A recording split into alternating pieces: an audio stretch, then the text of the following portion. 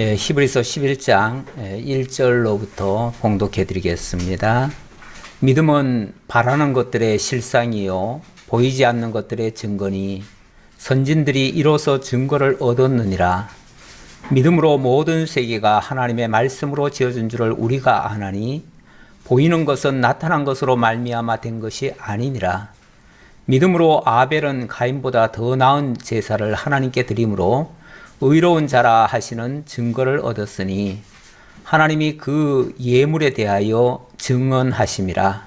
그가 죽었으나 그 믿음으로서 지금도 말하느니라. 아멘. 4절까지 봉독해 드렸습니다. 우리 교회 설립 25주년을 기념해서 히브리서를 특강으로 준비를 했습니다. 앞서 우리는 1장부터 6장까지 해서 예수의 신분이 무엇인가, 예수의 신분이 어떠한가를 살펴봤는데, 한마디로 말하면 예수는 누구신가를 살펴본 거죠. 그래서 예수는, 근데 이게 비교 대상이 없으면은 부각이 안 됩니다. 그래서 비교하기 위해서 천사와 비교를 하고 제사장과 비교를 하고 모세와 비교를 하고 이렇게 했죠. 아론과 비교를 하고 했는데 그분들보다 월등히 뛰어나신 분, 우월하신 분임을 증명을 했고, 그래서 뭐 사람은 믿을 수가 없지만은 이분만은 정말 우리가 믿을 수 있는 분이다 라는 것을 증거를 했습니다. 그리고 두 번째는 7장부터 10장까지에서는 예수의 사역이 무엇인가를 소개했습니다. 도대체 이분은 어떤 일을 하시는가, 어떤 일을 하셨기에 우리의 주 메시아가 되시는가를 이제 소개한 건데요. 이분은 과거에 그 제사직을 수행했던 제사의 3요소를 골고루 다 갖추고 계신 분이면서도 사람에 의해서 만들어졌던 그 제사보다 월등히 뛰어난 영원한 제사를 하나님 앞에 드리셨다. 그리고 그 영원한 제사는 새 언약에 근거해서 이루어졌다. 그러면서 그 새 언약이 바로 하나님의 언약이었고 그 언약이 이 예수 그리스도를 통해서 온전히 이루어졌다라는 말씀을 드렸습니다. 그런 의미에서 새 언약의 중보자다. 예수는 새 언약의 중보자고, 중보자라는 말 속에는 보증도 있고, 그러니까 그 새 언약이 우리에게 온전히 효과적으로 이루어질 수 있도록 그야말로 공효를 이루시는 그러한 언약이었고, 그 언약은 실제로 우리에게 이루어져서 우리로 하여금 온전한 제사, 영원한 제사에 참여할 수 있게 되었다. 그 말이죠. 그래서 이제 우리는 뭐 구약 성도들이 드렸던 그 뭐 성막에다가, 성전에다가 제단을 쌓아놓고 제물을 드리면서 제사장이 어떻게 하는 방식으로 제사 드리는 건 아니지만, 오히려 새 언약이라고 하는 것은 율법에 의해서 조항으로 지키라는 것이 아니고 우리의 신비 속에 새겨져 가지고 우리가 하나님이 어떤 분인지, 예수가 누군지 그분을 알고 깨달아 알고 믿어져서 믿음으로 그분과 함께하는 행위, 그 전체가 다 산제사다. 그래서 그 산제사라고 하는 것은 실제로 우리의 삶 속에서도 그대로 이루어질 수 있는 일들이다라는 것을 말씀드렸습니다. 거기에 예수님이 보증이 되셨고 중보자가 되셔서 온전히 하나님과 우리 사이를 연결시켜 주셨다라는 말씀. 바로 제사라고 하는 것은 그 연결시켜주는 역할을 하는데 그 온전한 중보를 예수님이 하셨다라고 말씀을 드렸습니다. 자, 그리고 나서 오늘 11장부터 13장까지 여기서는 그 온전한 새 언약에 의해서 온전한 중보가 이루어지고 나니까 우리에게 어떤 열매가 맺힐 거 아니겠어요? 열매가. 그 열매가 맺힐 거기 때문에 그러면 우리에게는 어떻게 그렇게 하신 그 그리스도 예수에게 대해서 우리가 어떻게 반응이 나올 것인가를 이야기하는 시간이에요. 그래서 흔히 이걸 가지고 지금까지 많은 그 학자들이 이거를 뭐라고 얘기를 하냐면 우리 그리스도인들의 윤리, 기독교 윤리 뭐 이런 식으로 접근을 많이 해왔어요. 저도 전에 그렇게 좀 설명을 드렸던 것 같은데, 윤리라고 하면 인간이 마땅히 지켜야 할 도리를 윤리라고 하거든요. 인간 상호 간에 지켜야 할 도리. 그런 걸 윤리라고 하니까 만약에 기독교 윤리라고 그러면은 우리가 예수 믿은 이후에 우리가 어떻게 살아야 되는가를 설명하는 것이니까 여기에 또 그렇게 또 권면이 돼 있고 하니까 그런가 보다 생각하지만 만약에 윤리로 보게 되면은 이거는 우리끼리의 약속에 의해서 이루어질 수도 있는 거예요. 인간들끼리 뭐 상강오륜 같은 그런 윤리, 도덕적 윤리 그런 것도 있잖아요. 그런 거 윤리와 별반 다를 게 없지요. 다시 말하면 인간들이 자발적으로 스스로 뭐 약속을 하든지 아니면 어떤 룰을 만들어 가지고 거기에 따라서 하는 행위처럼 느껴질 수가 있어요. 그래서 저는 우리 인간들이 만들어 놓은 윤리가 아니라 새 언약의 열매였다.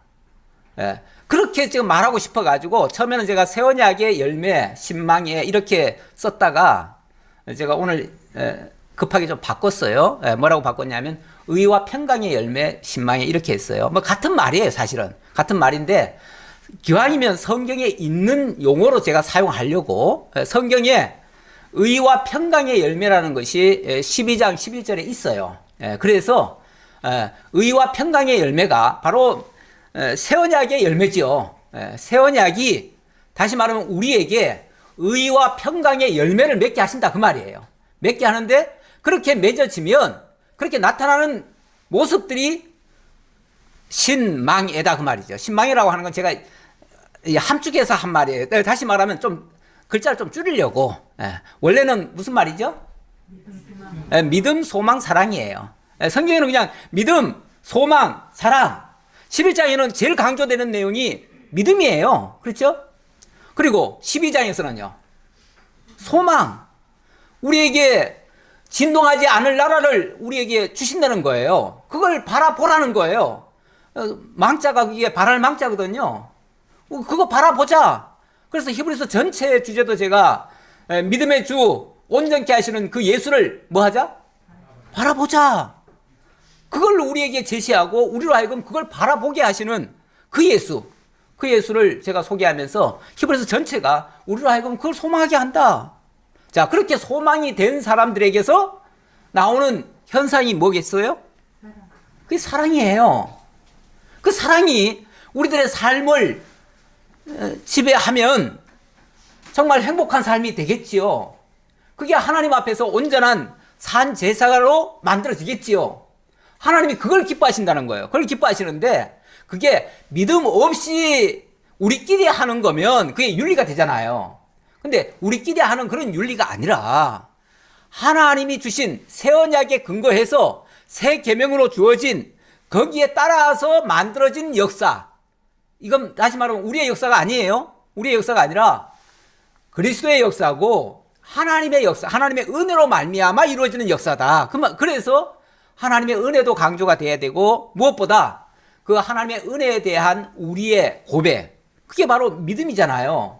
믿음, 소망, 사랑이에요. 그래서 그것은 바로 하나님이 우리에게 그리스도를 통해서 맺어주신 그런 열매다. 근데 왜 또 의와 평강의 열매라고 또 표현을 했을까? 그것도 제가 지금 다 설명하면은 진도가 안 나가요. 그래서 제가 그거 본문에 나올 때 또 설명드리기로 하고 일단은 본문을 나가도록 해보겠습니다. 자, 이렇게 우리 주님께서는 정말 새 언약의 중보자로서 오셔가지고 우리에게 온전한 제사, 온전한 성도의 삶을 살아가게 하셔요. 그걸 제가 다른 표현으로는 또 복음신앙이라 이렇게 또 표현을 했어요. 복음신앙이라고 표현하는 거 보면 복음신앙이 아닌 것도 있을 수 있어요. 다시 말하면 인간적 신념도 있을 수 있어요. 신념과 신앙은 좀 다르거든요. 신념이라고 하는 건 우리 인간들의 어떤 의지적인 행위죠. 근데 사람들이 내가 믿고 내가 뭘 하고 내가 뭘 하나님 뜻을 이루어드려야 된다라고 생각하시는 분들이 꽤 많아요. 그렇게 되면 그거는 일종의 신념 같은 거예요. 신념 같은 거고 이 복음신앙이라고 하는 거는 철저하게 하나님에 의해서 또 예수 그리스도께서 이루신 새 언약에 근거해서 만들어지는 역사, 만들어지는 우리 모습, 그걸 복음신앙이다 그렇게 얘기를 하고, 그 신앙이 진짜 백이 우리 기독교인들의 삶의 모습이 이루어져야 된다라는 의미에서, 그래서 복음신앙의 우월성이다라는 말씀을 드리겠습니다. 우월이라고 하는 건 계속해서 비교가 돼야 되니까요. 비교가 안 되면 우리는 감각적으로 다가오질 않아요. 그래서 더 우월하다는 걸 강조하려고, 그러니까 세상 걸 당연히 비교가 돼야죠. 그래서 세상에 어려운 얘기들이 많이 나와요. 실제로 12장에 가면 그 어려운 역사들이 뭐 엄청나게 환난과 또 연단과 뭐 핍박과 이런 것들이 있어요. 그걸 얘기를 하고 있어요. 그 가운데서 그걸 통칭해가지고 뭐라고 그러냐면 징계라고 그래요. 징계.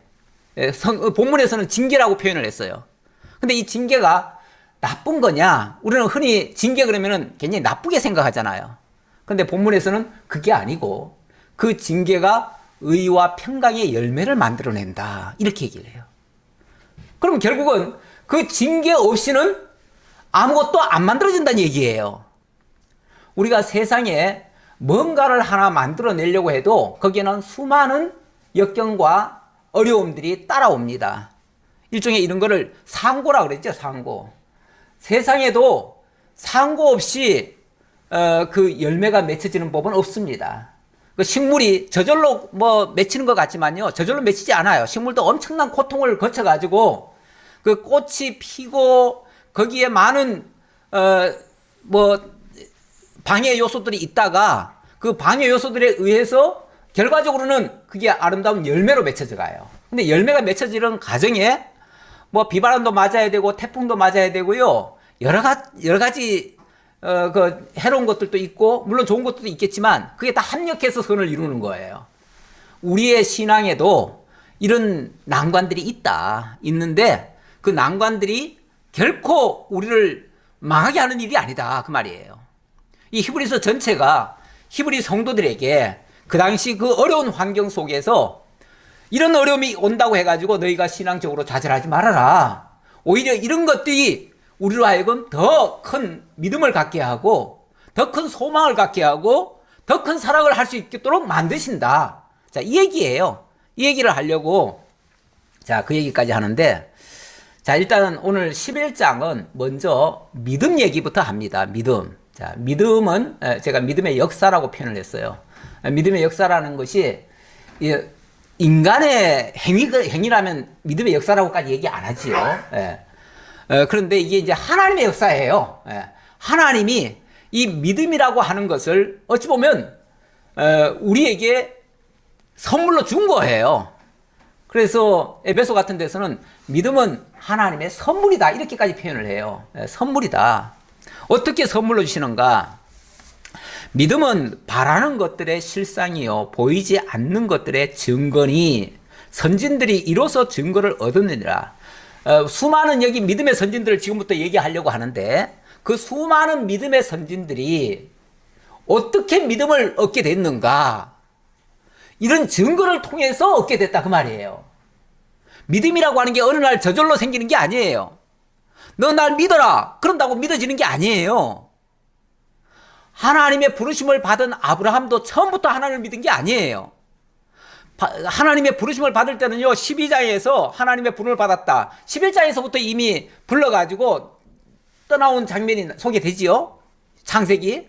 그런데 진짜 아브라함이 여호와를 믿으니 여호와께서 그의 의로 여기셨다 이 말이 언제 나오냐면 15장에 가서 나와요. 15장에 가서.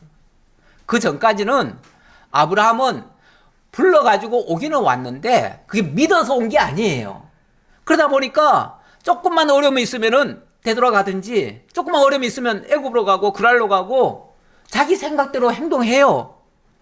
그러다가 비로소 어느 때에 어느 증거를 통해서 어떤 실상을 보면서 비로소 뭐가 일어나요? 믿음이라고 하는 게 발생이 되어진 거예요.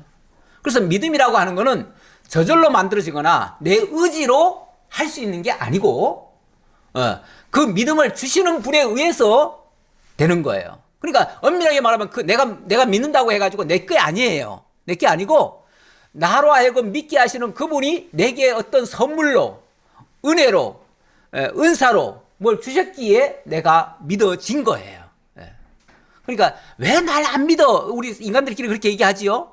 왜 내 말을 왜 안 믿어? 그러는데 내가 믿을 만한 행동을 했으면 왜 안 믿겠어요? 내가 믿을 만한 행동을 못했기에 그 사람이 나를 못 믿는 거예요. 믿을 수가 없는 거예요. 뭐 무슨 증거가 있어? 믿을 만한 증거가 있어야지. 그럴 거 아니에요? 인간들끼리도? 그런데 우리가 하나님을 믿는 것도 하나님이 그만한 실상을 보여줘야 돼요. 실상을 보여줘야 되고 또 거기에 대한 증거. 비록 보이지는 않아도 거기에 대한 증거가 있어야 된다. 그 말이에요. 그러니까 그 증거라고 하는 거는 보이지 않는 건데 보이는 것과 같은 거죠. 증거니까. 실상이라고 하는 거는 그게 뭐 없는 줄 알았는데 뿅 하고 나타난 거 아니에요. 그렇죠? 나타나서 실상이 된 거 아니에요. 그러니까 그 실상이나 아니면은 증거가 있어야 비로소 믿어지게 된다. 그게 진짜 확증된 믿음이 되는 거예요. 만약에 그런 믿음을 갖게 되면요. 그 다음부터는 아무리 옆에서 믿지 마. 믿으면 죽여. 그래도 어떻게 해요? 나는 이게 진짜인데? 날 죽여도 나는 믿을 수밖에 없어. 이렇게 나오죠. 그러니까 어떤 경우에도 어떤 환란이 와도 그 믿음을 배신할 수가 없는 거죠. 그래서 믿음의 선진들이 그 수많은 역경을 다 겪으면서도 믿음을 배반하지 않았어요. 이 예를 드는 것은 히브리 성도들, 너희들도 지금 이 로마의 이런 학정 아래서 좀 어렵다고 해가지고 자꾸 되돌아가려고 하는 그런 생각하지 말어. 이게 진짜야 라는 걸 지금 알려주는 거죠. 그러면서 이런 증거가 있었지 않느냐. 물론 그 증거를 모르면은 못 믿죠. 그러나 증거가 있다면 믿을 수 있는 거죠. 우리가 성경을 계속해서 봐야 되는 이유는 그 성경 속에서 그 증거를 주니까요. 그 실상이 그리스도이심을 알려주니까. 이 실상 그러니까 어떤 또 교파에서는 자기가 실상이래.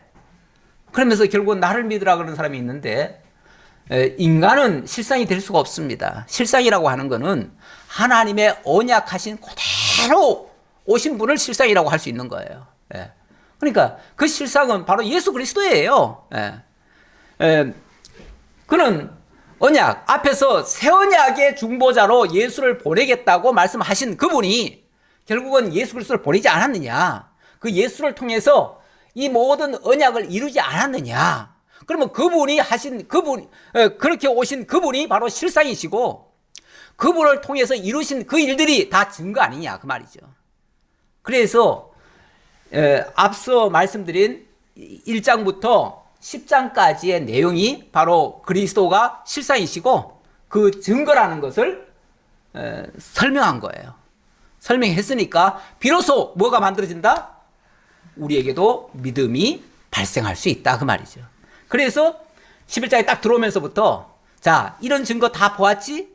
이런 실상이심을 알았지? 그러니까 우리가 믿을 수 있는 거야 라고 얘기하는 거예요. 그러면서 믿음은 바라는 것들의 실상이요 보이지 않는 것들의 증거리 선진들이 이로써 증거를 얻어내라. 이런 믿음을 가진 자는 그 다음 믿음으로 모든 세계가 하나님의 말씀으로 지어진 줄을 우리가 아나니 보이는 것은 나타난 것으로 말미암아 된 것이 아니니라. 이 나타난 거, 이 보이는 거, 지금 우리 보이는 거 어떤 사람들은 나는 보는 거 외에는 안 믿을 거야. 세상에 믿을 게 어디 있어? 그러면서 나는 내 눈으로 보고 내 손으로 만지고 그것만 믿을 거야 라고 하시는 분들이 있는데 사실 우리가 만져보면 얼마나 만져볼 수 있겠습니까? 우리가 눈으로 볼 수 있는 것도 얼마나 볼 수 있겠습니까? 우리가 일평생 살면서도요 못 가본 데가 천지고요 가본 데보다 못 가본 데가 훨씬 더 많습니다. 겪어보지 않은 것이 겪어본 것보다 훨씬 더 많습니다. 우리가 아는 것보다 솔직히 모르는 게 더 많습니다. 더 많아요. 어거스틴이라는 아주 유명한 대신학자가 그런 말을 했어요. 우리가 하나님을 안다고 하지만 참 망망대해 바다 속에서 배 떠가는 배 하나 보면서 내가 바다를 다 보았다라고 말하는 것과 똑같다는 거죠. 아니 그 배 한 척 보고 어떻게 그 망망대해 전체를 다 합니까? 바다를 어떻게 다 할 수 있어요? 그거 배 타고 지나간들 어떻게 다 보았겠어요? 자기 간 데만 봤겠지요. 그러니까 우리가 보는 세계가 전부가 아니에요. 보이지 않는 세계가 훨씬 더 큽니다. 그러면 그 보이지 않는 세계를 뭘로 믿을 수 있는가? 믿음으로 밖에는 볼 수가 없는 거예요. 그 믿음은 또 어디서 나오는가? 하나님의 말씀에서부터 나오는 거예요. 그러니까 하나님의, 이걸 역으로 또 얘기하면 하나님의 말씀을 아는 만큼 세상도 알게 되는 것이고 모든 것도 알게 되는 거예요. 그래서 좀 더 지혜로워지는 거예요. 우리가 믿는 사람이 그래도 안 믿는 사람보다 좀 더 지혜롭게, 좀 더 슬기롭게 세상 살아가는 이유는, 그래서 보이지 않는 것까지 알고, 안 믿는 사람들은 보이는 것밖에 안 믿지만 우리는 보이지 않는 것까지 알고 가니까 우리가 아는 만큼 힘이 되고 힘이 되는 만큼 이기잖아요. 그래서 우리가 믿는 것이 그래서 유익한 거예요. 그래서 세상에도 뒤지지 않고도 살아갈 수가 있고 그렇게 할 수 있는데, 문제는 당장 눈앞에 있는 거, 당장은 안 믿는 사람보다 우리가 더 나아 보이는 게 사실은 없을 수도 있어요. 그것 때문에 아이고 예수 믿고 뭐 더 나은 게 뭐가 있어 그러는데, 더 나은 것도 비교적으로 따지려면 엄청나지요. 하늘만큼 있지요. 있는데 그거 다 얘기할 것은 없고요. 그래서 믿음으로는 우리가 모든 세계가 하나님의 말씀으로 지은 줄도 우리가 알 수 있다. 그래서 우리가 뭐 태초에 하나님 천지 창조하셨다는 걸 솔직히 우리가 본 적 없잖아요. 하지만 우리가 믿을 수 있잖아요. 왜? 지금까지의 그 실상과 증거를 통해서 다 그것까지 알 수 있다 그 말이죠. 그분 안에서 이루어진 것들은 다 믿어진다 그 말이죠. 그래서 알 수 있다. 그리고 이러한 믿음은 또 우리의 행위까지도 낳습니다. 행위까지 어떻게 낳느냐 하면, 믿음으로 아벨은 가인보다 더 나은 제사를 하나님께 드림으로 의로운 자라 하시는 증거를 얻었으니 하나님이 그 예물에 대하여 증언하심이라. 믿음으로 아벨은, 그러니까 아벨이라고 하는 사람은 가인과 아벨 차이가 뭡니까? 하나는 제사를 드리고 하나는 제사를 안 드렸습니까? 둘 다 똑같이 드렸어요. 똑같이 하나님 앞에 제사 드렸다고요. 그런데 한 사람의 제사는 하나님께 연락이 되고 한 사람의 제사는 연락이 안 됐어요. 이유는요, 아벨은 하나님을 알고 하나님의 뜻을 알고 드린 제사였고, 가인은 몰랐어요. 모르고 드린다는 거는 결국 믿지 않고 드렸다는 얘기고, 그거는 의식적이고 행위적인 일이긴 하지만 그거는 하나님하고는 상관없는 행위가 돼버려요. 그래서 믿음으로 행치 않는 모든 것은 사실은 의가 아니고 죄가 되는 거예요. 믿음으로 행치 않는 모든 것은 죄니라. 로마서에서 그렇게 얘기를 하죠. 그래서 아벨은 분명히 하나님의 뜻을 알았습니다. 제사를 왜 드리는지를 알았어요. 제사는 맨 처음에 제사의 시효가 아담이 범죄한 이후에 하나님과 거리가 멀어져 버렸잖아요. 하나님을 떠나버렸잖아요. 그랬을 때 하나님이 다가오시고 하나님이 가죽옷을 해 입히심으로 하나님과의 교통을 다시 한 거예요. 거기에 매개체가 쉽게 말하면 한 마리 어린 양 짐승의 희생이었어요. 그게 바로 제사의 3요소 가운데 제사장, 제물, 그 장소, 이 세 가지가 갖춰져야 온전한 제사가 이루어지는데, 아벨은 그 제사를 갖춘 거예요. 그게 알고 드린 거예요. 하나님의 뜻을 알고, 하나님이 왜 우리와 함께 하려고 하는지 알고 드렸단 말이에요. 그랬더니 하나님이 그래 내가 너와 함께 하마, 그게 연락하신 거예요. 근데 가인은 그것도 모르고 그냥 혹시만 뜨다가 드렸으니까 왜 드리는데? 몰라요. 드리래요. 그냥 이유 없이 목적 없이 그냥 갖다 드리니까 그건 나하고 아무 상관없구나. 그럼 네가 알아서 해라. 이러는 거죠. 그러니까 하나님과 상관없는 제사가 돼버리는 거죠. 이러한 제사, 이 제사가 결국은 율법적 제사, 의식적 제사, 행동적 제사, 그것과 상관없이 정말 우리의 마음 신비 속에 새겨가지고 깨달아 알고 믿어져서 하나님의 뜻을 따라 살아가는 삶, 그걸로 바뀌어지는 것이 바로 새 언약이에요. 그 새 언약이 그리스도를 통해서 이루어졌고, 그게 바로 이 아벨의 제사와 똑같다 그 말이에요. 그래서 그가 죽었으나 그 믿음으로써 지금도 말하느니라. 물론 아벨은 진작에 그런 일을 하고 죽은 사람이에요. 그리고 또 가인에 의해서 또 죽임 당하기도 했고요. 그렇게 희생 당했지만 그래서 그가 망했느냐? 아니에요. 그의 믿음이 지금도 살아서 우리에게 증언하고 있어요. 결국은 그는 올바른 제사를 드렸고 하나님과 연합이 됐고 그러면 하나님 안에 있는 거고 그러면 그가 죽었으나 실제로는 죽은 게 아니고 하나님 안에 있는 거예요. 그러니까 영원히 그는 온전한 제사의 표상이 된 거예요. 그렇죠? 믿음의 본보기가 된 거예요. 그 본보기가 돼가지고 오늘 우리에게도 그런 믿음을 드리도록 하시는 거죠. 이러한 믿음은 꼭 이 아벨뿐이 아니라 에녹, 믿음으로 에녹은 죽음을 보지 않고 옮겨졌으니 하나님이 그를 옮기심으로 다시 보이지 아니하였느니라. 그는 옮겨지기 전에 하나님을 기쁘시게 하는 자라 하는 증거를 받았느니라. 하나님을 기쁘시게 하는 자라. 아벨도 마찬가지예요. 하나님을 기쁘시게 하는 증거로서 그게 연합이 된 거예요. 그러니까 하나님이 연합했다고 하는 거는 그게 증거가 된 거예요. 그렇죠? 하나님이 기쁘시게 하는 제사, 하나님과 연합되는 제사, 그 제사의 어떤 모습, 본보기가 됐던 거예요. 본보기가 됐는데 그 본보기는 그 이후에 율법이라고 하는 제도가 만들어졌고 그 율법에 의해서는 이게 제대로 안 됐어요. 제대로 안 돼가지고 제사장은 날마다 그것을 또 드리고 했는데 쉽게 말하면 시도는 여러 번 했는데 효과적이지는 않았어요. 그래서 결국은 나중에 이런 제사 필요 없다 해가지고 성전 문 닫아라 해가지고 이사야서부터 말라기까지 보면은 전부 다 성전 문 닫으라는 얘기예요. 성전 지키라는 게 아니에요. 문 닫으라는 얘기예요. 그래서 문 닫잖아요. 실제로 성전이 문 닫혀요. 성전이 파괴가 된다 그 말이에요. 그 다음에 재물 다 사라져버렸어요. 아니 성전 없는데 무슨 재물이 필요합니까? 그 다음에 제사장 다 잡혀가고 없어요. 제사장 다 끊어져 버렸어요.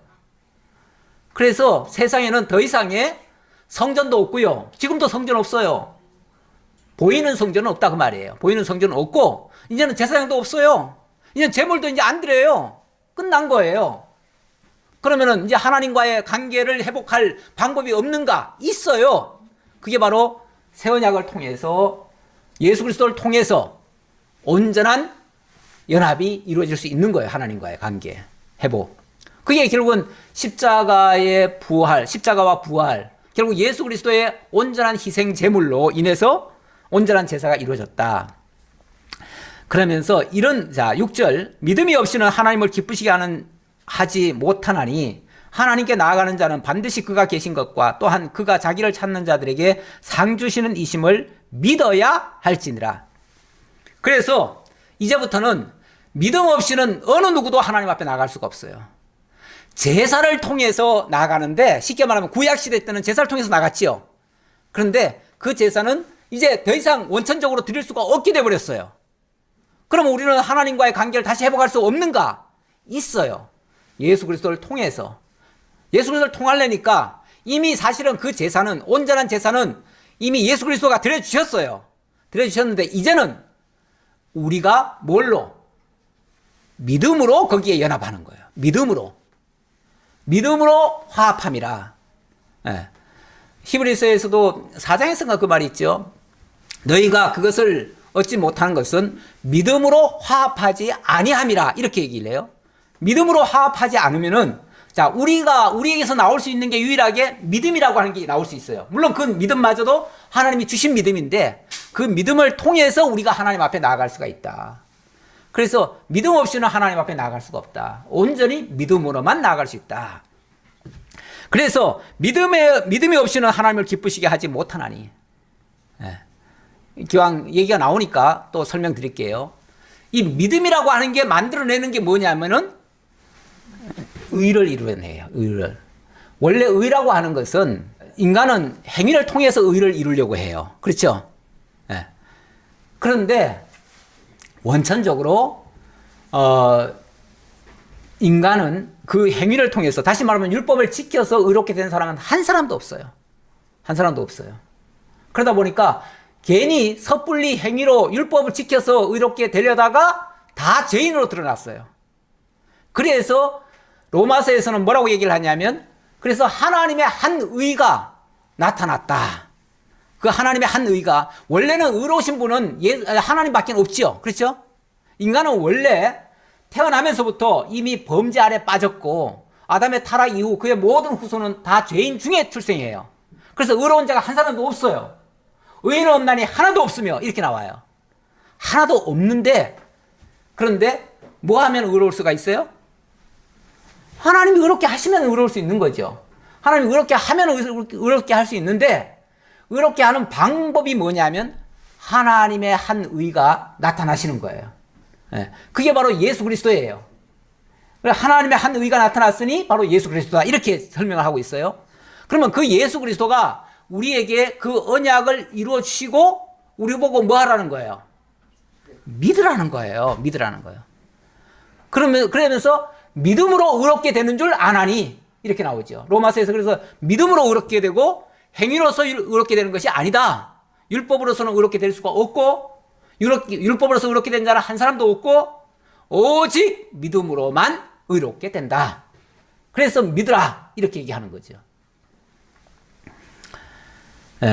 그래서 믿음이 없이는 하나님을 기쁘시게 못한다. 다시 말하면 하나님은 의인을 받으시는데 우리에게 의가 없으니까, 그래서 한 의신 예수 그리스도를 보내가지고 우리에게 덧입혀가지고, 우리에게 덧입혀가지고 우리가 그리스도 예수 안에서만, 우리가 예를 들어서 그리스도 예수 안으로 쏙 들어가 버려요. 들어가 버리면 겉에 보이는 거는 예수만 보이는 거죠. 그러니까 그 하나님의 의를 입으신 그 예수를 보시고 하나님이 그 예수를 쉽게 말하면 통해서 우리도 그 안에서 구원이 받는 거죠. 그래서 우리는 그리스도 예수 안에서 구원받아요. 예수 그리스도를 통해서 구원받아요. 예수 그리스도가 빠지면은 우리에게는 구원이 없습니다. 우리 힘으로는 구원이 불가능해요. 그래서 믿음이 없이는 하나님 기쁘시게 못한다고 얘기를 했고, 그래서 하나님께 나아가는 자는 반드시 그가 계신 것과 그가 자기를 찾는 자들에게 상 주시는 이심. 여기 상이라고 하는 거는 우리가 천국 가가지고 무슨 아파트를 몇 채를 얻고 뭐 황금집을 얻고 이런 상급이 아니고요. 이제 12장에 가면은 우리에게 하나님이 준비해 놓은 게 진동치 아니할 나라, 그게 하나님의 나라라고 돼 있죠. 그 나라를 우리에게 주신다고 돼 있어요. 그거를 우리가 믿고 간다, 그 말이죠. 그 믿는 자에게 그 하나님의 나라가 있다, 그 말이죠. 하나님의 나라 자체가 엄청난 상급이죠. 또 다른 상급을 또 기대합니까? 왕궁을 줬는데 그 안에서 또 뭐 먹는 것까지 다 얘기합니까? 그런 건 다 알려 있어요. 그건 따로 안 구해도 돼요. 그런 건 우리가 따로 구하는 게 아니에요. 그 다음부터는 이제 믿음으로 노아는, 또 8절에는 믿음으로 아브라함은, 그 다음에는 또 11절에는 믿음으로 사라 자신도, 이렇게 얘기하죠. 13절에 이 사람들은 다 믿음을 따라 죽었으며, 이 사람들은 다 믿음을 따라 죽었다. 그 믿음의 그 실예를 얘기하는 거예요. 그렇죠? 실예를 얘기하는 건데, 이 사람 다 믿음을 따라 죽었대요. 그런데 약속을 받지 못하였을 때 그것들을 멀리서 보고 환영하며 또 땅에서는 외국인과 나그네임을 증언하였으니 이같이 말하는 것은 자기들이 본향 찾는 자임을 나타냅니다. 다 믿음을 따라 죽었는데 뭐는 못 받다고요? 약속은 받지 못하였을 때, 이렇게 얘기하네요. 다시 말하면 하나님의 언약 그 자체가 없었다는 얘기가 아니라 하나님이 언약하신 것을 자기들 눈으로는 다 못 봤다, 그 말이죠. 그렇죠. 하나님이 예를 들어서 아브라함에게 내 자손이 하늘의 별과 같이 많게 하겠다 그랬는데 하늘의 별과 같이 많은 걸 그 당시에 못 봤잖아요. 못 봤지만 이루어졌습니까? 이루어졌지요. 그럼 결국은 그때 안 봤다고 해서 그러면 아닌가? 맞다, 그 말이에요. 약속을 비록 못 받았지만 그러나 그것을 굳게 믿을 수 있었던 것은 거기에 대한 증거를 통해서 믿게 됐다. 그 증거를 받은 자는 과거도 믿어지지만요, 미래도 믿어지는 거예요.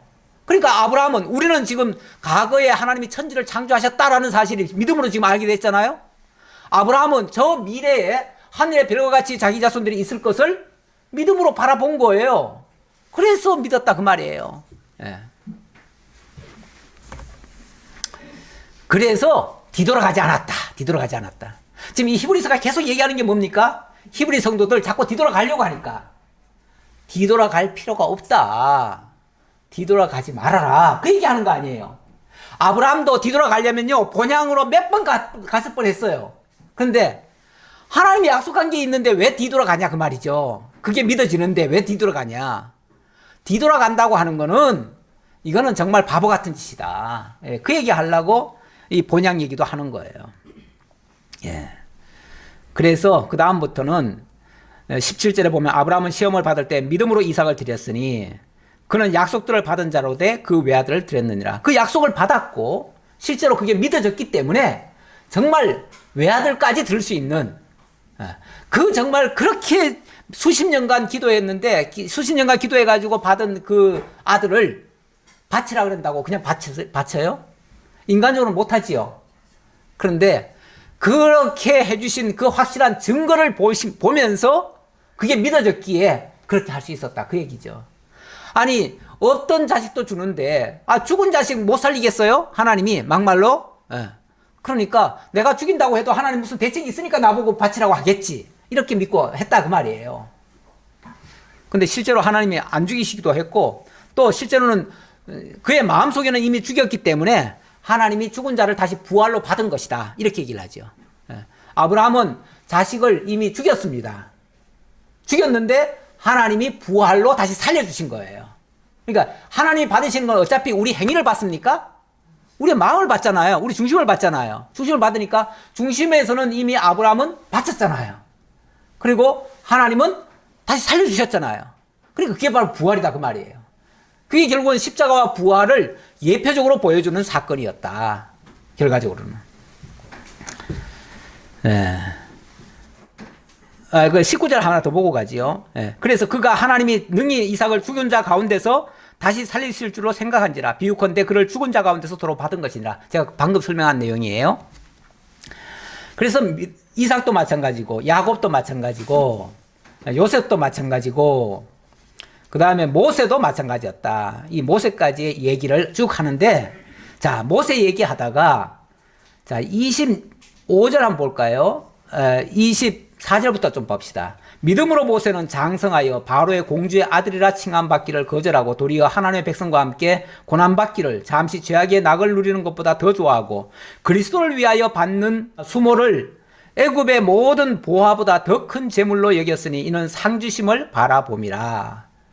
상주심을 상 받으려고 이렇게 생각하면 안 돼요. 아까 얘기한 것처럼 이거 하나님의 나라를 내다봤기 때문에 그래서 그 애굽에서의 그 영화보다 이 영원한 나라의 그 영화로움을 알았기에 이 모든 수모를 다 겪었다. 다 겪고도 그것을 했는데 자 여기서 당하는 그 모든 수모를 뭐라고 얘기합니까? 그리스도를 위하여 받는 수모 이렇게 얘기를 하네요. 그리스도. 그러면은 모세 그 당시에 그리스도가 있었습니까? 없었죠. 그런데 왜 그리스도를 위하여 받는 수모라고 얘기를 합니까? 하나님의 약속 속에 그 메시아가 있는 거예요. 그렇죠?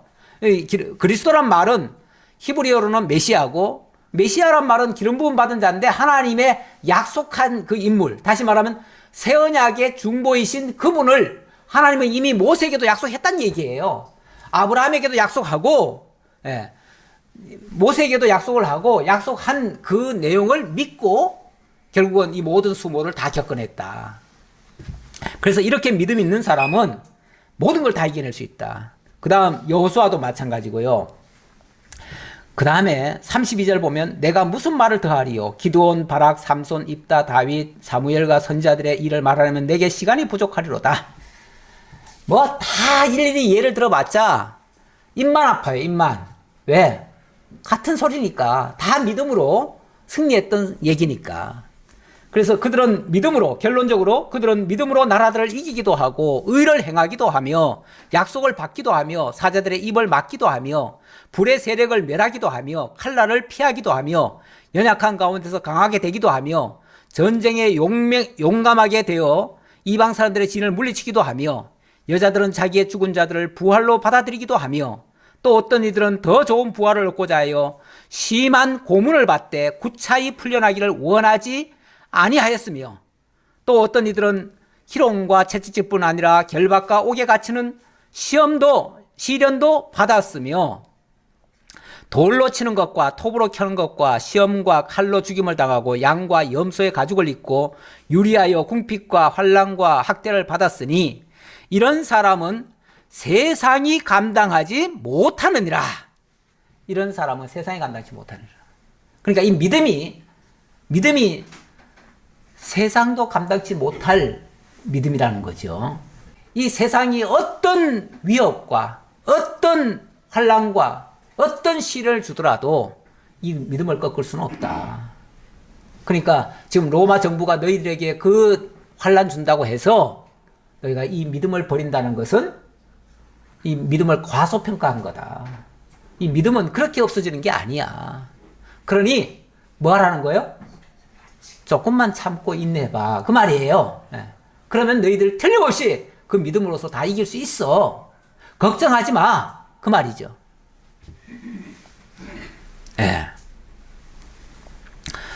자, 그 다음 12장으로 넘어갑시다. 뭐 다 설명하고 싶지만은 조금 줄여야지 어떻게 합니까? 12장으로 넘어가면 12장에서는 자, 지금 교환 20페이지입니다. 20페이지. 소망의 인내. 12장의 소재라고 한다면 소망의 인내입니다. 자, 소망에는 인내가 붙어요.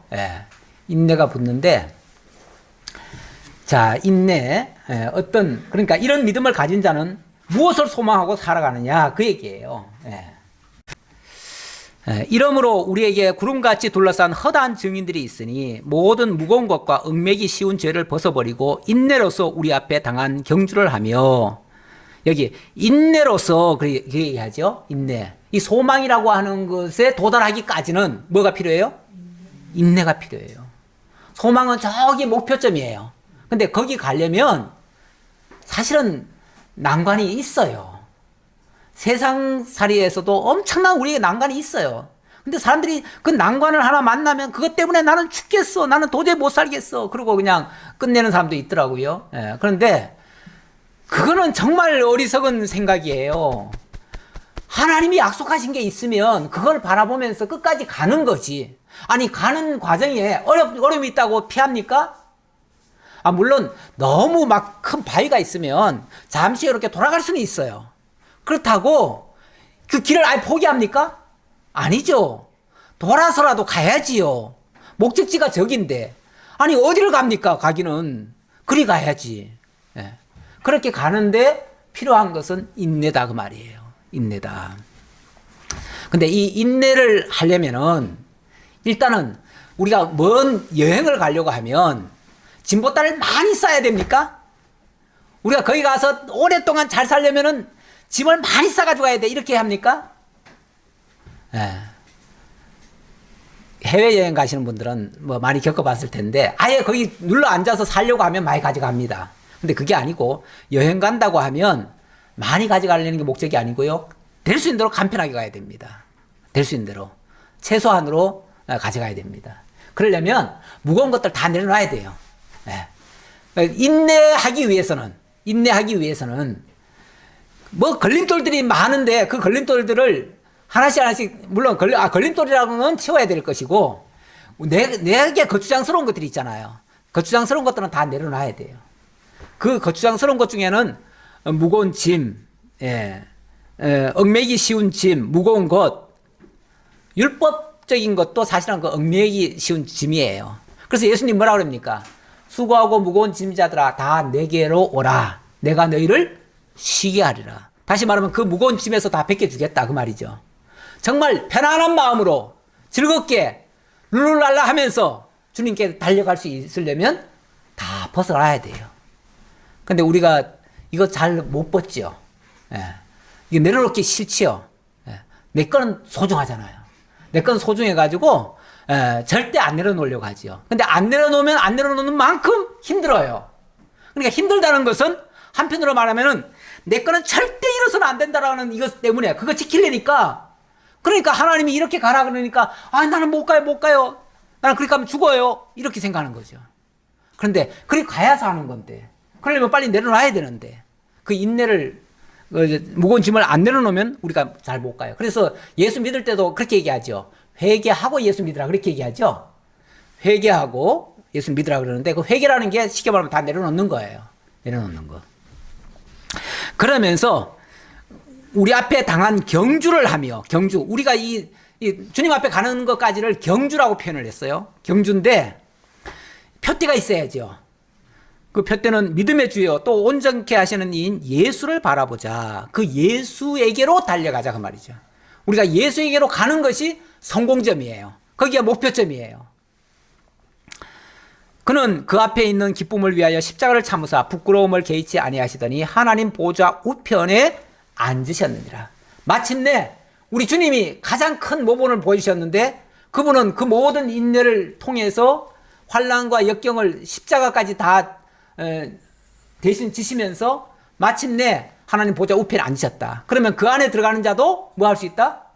거기에 갈 수 있다 그 말이죠. 도달할 수 있다. 너희가 피곤하여 낙심하지 않기 위하여 죄인들이 이같이 자기에게 거역한 일을 참으신 일을 생각하라. 그러면서 너희는 아직 그렇게 안 싸웠지 않느냐? 너희는 그렇게 힘들지 않았지 않느냐? 아, 우리 힘든데요. 우리 죽겠는데요. 그래도 예수 생각해봐. 예수 생각하면 너희는 그렇게까지는 아니지 않느냐? 얘기하는 거예요. 그래서 너희가 죄와 싸우되 아직 피 흘리기까지는 대항하지 아니하고 이렇게 얘기하잖아요. 너희는 싸워도 아직까지 피까지 흘린 건 아니지 않느냐? 근데 예수는 뭐까지 했죠? 십자가에 피까지 흘리셨어요. 그런데 거기에 비하면 너희들 지금 그거는 아무것도 아니지 않느냐? 그 얘기죠. 그러니까 우리가 어려우면요, 예수를 바라봐야 돼요. 예수를 바라보면 우리가 좀 참아낼 수가 있어요. 이겨낼 수가 있어요. 그러면서 또 아들들에게 권하는 것 같이 너희에게 권면하신 말씀을 잊었도다 일렀으되. 자, 또 그렇게 못 참는 이유는 하나님의 그 권면을 잊어버렸기 때문에 그렇다 그 말이에요. 그러면서 다시 상기시켜줘요. 내 아들아 주의 징계하심을 경히 여기지 말며 그에게 꾸지람을 받을 때 낙심하지 말라. 주께서 그 사랑하시는 자를 징계하시고 그가 받아들이시는 아들마다 채찍질 하심이니라. 이거 무서운 얘기가 나오네요. 사랑하는 자들마다 뭐 한다고요? 징계, 채찍질. 맞아요. 징계는 채찍질이에요. 근데 누구에게 이렇게 한다고요? 사랑하는 자에게 징계한대요. 아, 근데 우리는 예수 믿고 과거에는 못 살고 힘들고 막 정말 고통스러웠지만 예수 믿고 나서부터는 이제 고생 끝, 행복 시작 이렇게 생각하잖아요. 그래서 예수 안으로 들어온 그날부터는 나에게는 이제 모든 게 다 형통이야. 만사형통. 이것만 생각하는데 징계라니요. 난 징계는 싫어요. 근데 이 징계라고 하는 거 조금 더 봅시다. 조금 더. 그러면서 징계는 다 받는 것이거늘 너희에게 없으면 사생자요 친아들이 아니니라. 이 징계는 다 받는 거래요. 다 받는 건데 만약에 너희에게 징계가 없다? 그러면은 사생자거나 둘 중에 하나라는 거예요. 사생자이거나 아들이 아니거나. 사생자도 저 어디서 나온 자식이죠. 그러거나 아니면은 친아들이 아니거나 둘 중에 하나다. 징계가 없다는 거는. 원래 남의 자식은 관여해야 안 해요? 관여 안 해요. 친아들이 아니면은 뭐 죽이 되든 밥이 되든 알게 뭐예요? 내버려 두지요. 그러니까 징계가 없다는 말은 내버려 둔다는 얘기고 내버려 둔다는 거는 사생자 아니면은 친아들이 아니다. 그러면 반대로 징계가 있다는 거는 하나님의 징계라면은 그거는 하나님이 지금 나에게 간섭을 하고 있다. 그 얘기라는 거죠. 간섭을 하고 있고 나를 지금 어딘가로 데려가려고 하는데 힘든 이유는 내가 안 가려고 하니까. 뭐 어떤 분은 소의 한때다 비유를 잘 들더라고요. 옛날에 그 소뚜레라는 게 있잖아요. 소뚜레 이렇게 매놓으면은 소가 편한 거는요, 주인이 가자는 대로 가면 편해요. 근데 가기 싫다고 막 발버둥 치면 막 코가 아파가지고 죽으려고 그래요. 그러니까 따라서 안 가려고 하면 힘든 거고, 주님이 쉽게 말하면 우리 하나님이 이 세상이라고 하는 건 원래 세상이 가는 길은 어디예요? 사망의 길로 가지요. 원래 세상은 사망의 길로 가고 있어요. 가고 있는데 주님이 너 그리 가지 말고 이리 가 하고서 지금 생명길로 인도하고 가려고 해요. 그런데 이쪽이 더 편해요. 편하니까 이쪽으로 안 오려고 해. 그러면은 막 발버둥 칠 거 아니에요. 난 못 가겠어요, 못 가겠어요. 그러면 아프지요. 그럴 때는 어떻게 해요? 때려서라도 데려가야 된다는 얘기예요. 때려가서라도. 왜? 내 자식이니까. 내 자식 좀 망하게 내버려둘 수 없으니까. 그래서 데려간다 그 말이에요, 우리 주님이.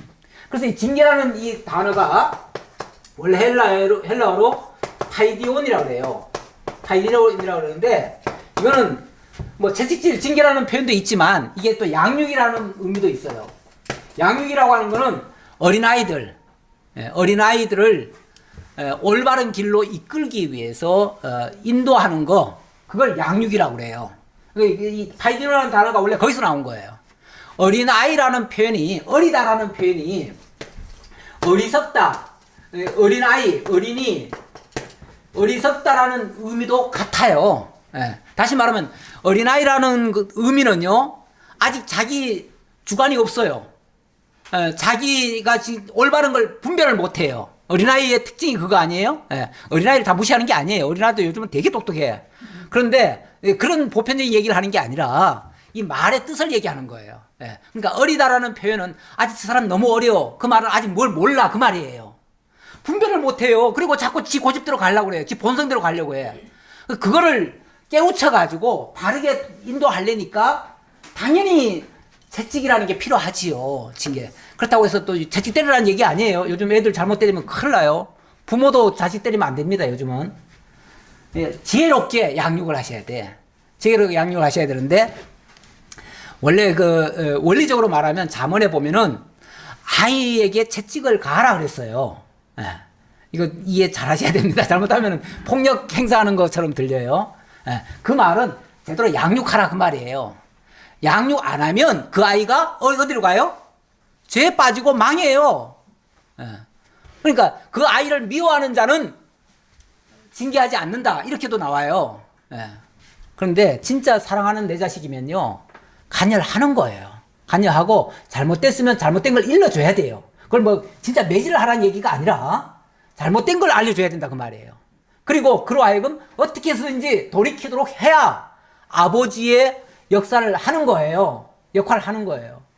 그것까지 안 하면 안 돼요. 요즘 너무 자유를 맡기다 보니까 애들한테 그냥 내버려둬가지고 진짜 애들이 망나니로 막 나가버려요. 예. 좀 빗나갔는데. 자, 그렇게 해가지고, 자, 그러면서 우리의 육신의 아버지가 우리를 징계하여도 공경하였거든. 하물며 모든 영의 아버지께 더욱 복종하며 살려 하지 않겠느냐. 당연히 그렇게 해야 되지 않느냐 그 말이죠. 그러면서 자 11절 봅시다. 무릇 징계가 당시에는 즐거워 보이지 않고 슬퍼 보이나 후로 그로 말미암아 연단받은 자들은 의와 평강의 열매를 맺느니라. 자, 요 징계가 뭘로 만들어지면 연단.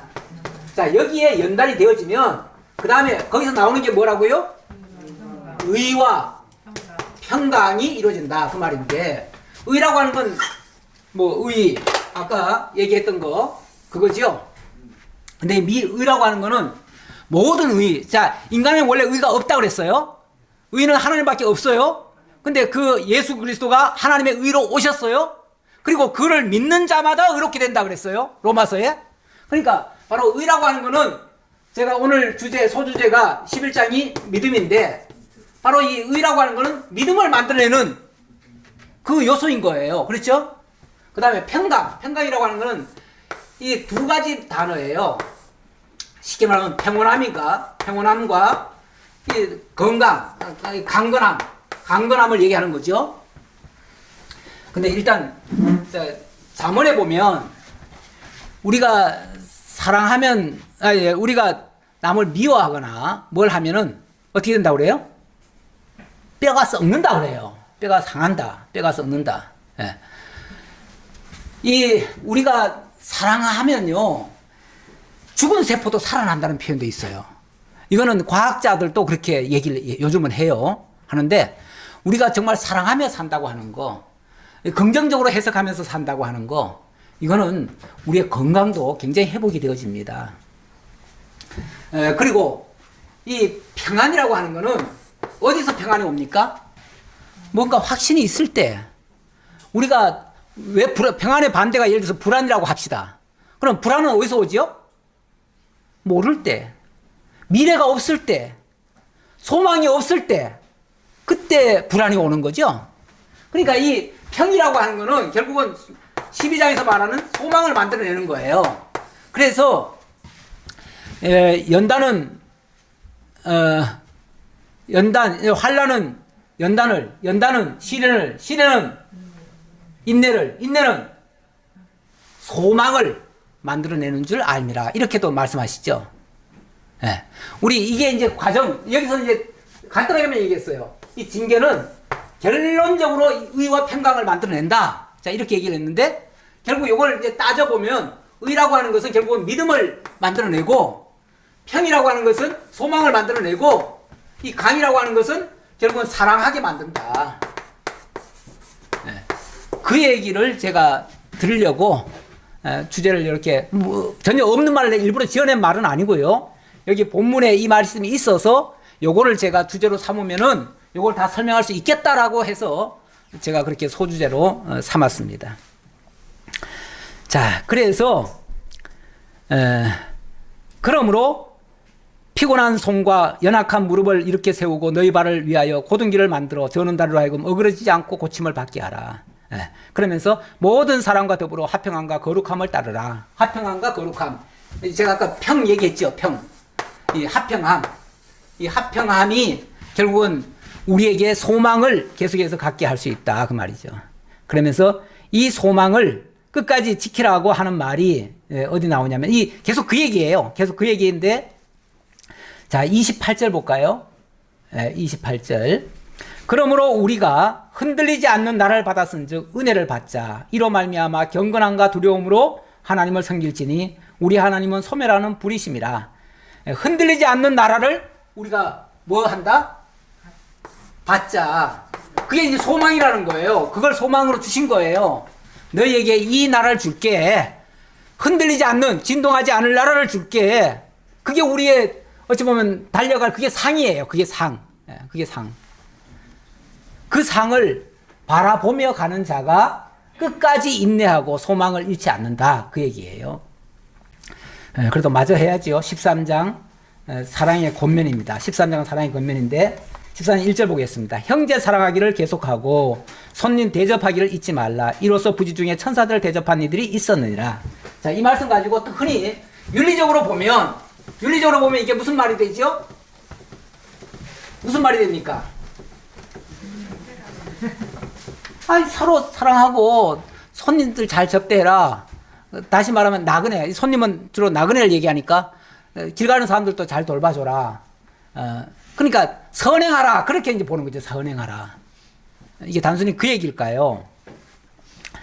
너희도 같이 함께 갇힌 것 같이 갇힌 자를 생각하고 너희도 몸을 가졌은즉 학대받는 자를 생각하라.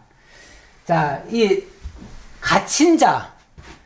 지금 이 얘기를 하는 이유를 우리 히브리서 원래 이 히브리서가 기록된 그 동기부터 봐야 되는데 히브리서는 히브리 성도들 중에서 기독교 안으로 들어왔다가 지금 환란을 통해서 지금 도망가려고 하는 사람들한테 하는 소리예요, 이게. 그러다 보니까 그 당시 극심한 그 환란이 있었고 그때 많은 사도들과 이런 지도자들이 다 잡혀갔어요. 어디 갔냐면 다 옥에 가 있어요. 옥에 가 있다 보니까 각 지역 교회들이 지금 정말 다 지금 무너지게 생겼어요. 그런 가운데서 몇 안 되는 그 지도자들이 나그네처럼 여기저기 교회를 다니면서 직접 방문해가지고 그들을 권면하고 이렇게 용기를 다시 심어주고 있어요. 그러는 중인데 그러다 보니까 이제 그들이 손님으로 가는 거죠. 쉽게 말하면 나그네로 가는 거예요. 나그네로 가는데 그들을 영접을 하면 이 말씀을 받을 것이고 이 말씀을 받으면 이런 믿음을 가지고 이런 소망을 가지고 인내하면서 마침내 사랑하며 살 수 있게 될 거예요. 근데 문제는 그들을 안 받으면 이제 필요 없어요. 안 받을래요. 우리는 이제 예수 안 믿을래요. 이래버리면 이게 차단이 돼버리잖아요. 차단이 되니까 손님들이 너희들에게 갈 때, 나그네가 너희들에게 갈 때 그들을 받아들여라. 너희들이 받아들이면은 천사들의 음성을 들을 수 있다. 천사들의 음성이라는 게 뭐예요? 하나님의 복음이에요. 결국 이 이 진리의 말씀이에요. 이 복음 진리를 받아들이면은 너희가 그렇게 바로 세워질 수 있는데, 문제는 그들을 안 받으면은 이게 아무것도 안 돼요. 아무것도. 그러니까 나그네가 갔을 때 그들을 영접해라 그 말이에요. 그러면서 그들을 함부로 대하지 말고, 함부로 대하지 말고, 그리고 다른 어떤 이해관계 때문에 그들을 거절하지 말고, 그 얘기예요. 그럼 5절에 보면 돈을 사랑하지 말고 있는 바를 족한 줄로 여겨라 그러는데, 다시 말하면 너희가 추구할 게, 이 돈이라고 하는 거는 이 세상 모든 물질까지 다 포함되는 얘기예요. 그런 것에, 그러니까 세상적인 것으로 기준 잡지 말라 그 말이에요. 세상적인 기준으로 따지면은 이해관계를 따지잖아요. 이 돈이라고 하는 건 이해관계잖아요. 계산적으로 하면요, 우리가 예수 못 믿을 일이 더 많습니다. 그렇죠? 예수 믿어서 이익이 뭔데요? 뭐 연보 갖다 내고 시간 낭비하고 다 뺏기는 것 같잖아요? 그럼 어떻게 예수 믿어요? 그런데 돈 사랑하지 말고 정말 진리를 사랑하고 하나님을 사랑하고 그렇게 되어지면 너희가 그들을 받아들여라. 그래서 돌이키라 그 말이에요. 그러면서 7절, 하나님의 말씀을 너희에게 일러주고 너희를 인도하던 자들을 생각하며 그들의 행실의 결말을 주의하여 보고 그들의 믿음을 본받으라. 바로 이런 그들이 바로 너희를 이 진리 가운데로 인도할 그 인도자들이다. 그러니까 앞서 그 믿음의 선배들, 다시 말하면 그 사도들이 너희들에게 인도해주던 거 있지 않느냐. 그걸 본받아라. 그걸 보면서 너희들이 참고 받아라. 그러면서 예수 그리스도는 어제나 오늘이나 영원토록 동일하시니라. 지금 쉽게 말하면 히브리 성도들이 지금까지 수십 년간 신앙생활을 해왔는데 지금 이 환난 때문에 예수가 없어졌느냐? 예수가 망했느냐? 아니다. 그 예수는 어제나 오늘이나 영원토록 동일하신 분이야. 그분이 진작 승리하신 것처럼 앞으로도 승리하실 것이고, 환난 받고 있는 너희들도 조금만 참고 있냐면 너희도 승리해 그 말이죠. 그러니까 여러 가지 다른 교훈에 끌리지 말라. 마음은 은혜로서 굳게 함이 아름답고 음식으로서 할 것이 아니니. 다시 말하면 어떤 물질적인 거 가지고 판단하지 말고 하나님의 은혜로 이걸 판단해라 그 말이죠. 예. 자, 쭉 좀 내려가다가 13절, 그런즉 우리도 그의 치욕을 짊어지고 영문 밖으로 그에게 나아가자. 우리가 여기에는 영구한 도성이 없으므로 장차 올 것을 찾나니, 그러므로 우리는 예수로 말미암아 항상 찬송의 제사를 하나님께 드리자.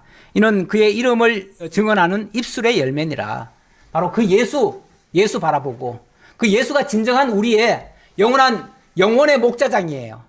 그 영혼의 목자장, 그분 바라보면서 그들을 인도하던 그 인도자들을 따라서 안전하게 이 복음 안으로 들어와라. 그 얘기죠. 그러면서 서로 선을 행함과 서로 나눠주기를 잊지 말라. 하나님은 이 같은 제사를 기뻐하시느라. 이게 이제 산제사 아닙니까? 이 산제사. 삶 속에서 그리스도를 깨닫고 순종하며 이렇게 살아가는 거, 그게 중요하다. 그러면서 17절, 너희를 인도하는 자들에게 순종하고 복종하라. 그들은 너희 영혼을 위하여 경성하기를 자신들이 청산할 자인 것 같이 하느니라. 그들로 하여금 즐거움으로 이것을 하게 하고 근심으로 하게 하지 말라. 그렇지 않으면 너희에게 유익이 없느니라. 그러면서 그 인도자들을 너희들이 잘 받들어 줘라. 그래야 너희에게 이 진리를 전할 수가 있고, 그래야 그 진리가 너희를 살린다.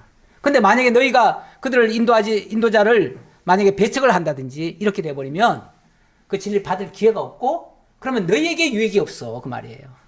사실 우리가 그 말씀을 안 받으면 누구 손해입니까? 자기 손해죠. 안 받는 자의 손해죠. 그러면서 양들의 큰 목자이신 우리 주 예수를 영원한 언약의 피로 죽은 자 가운데서 이끌어내신 평강의 하나님이, 양들의 큰 목자,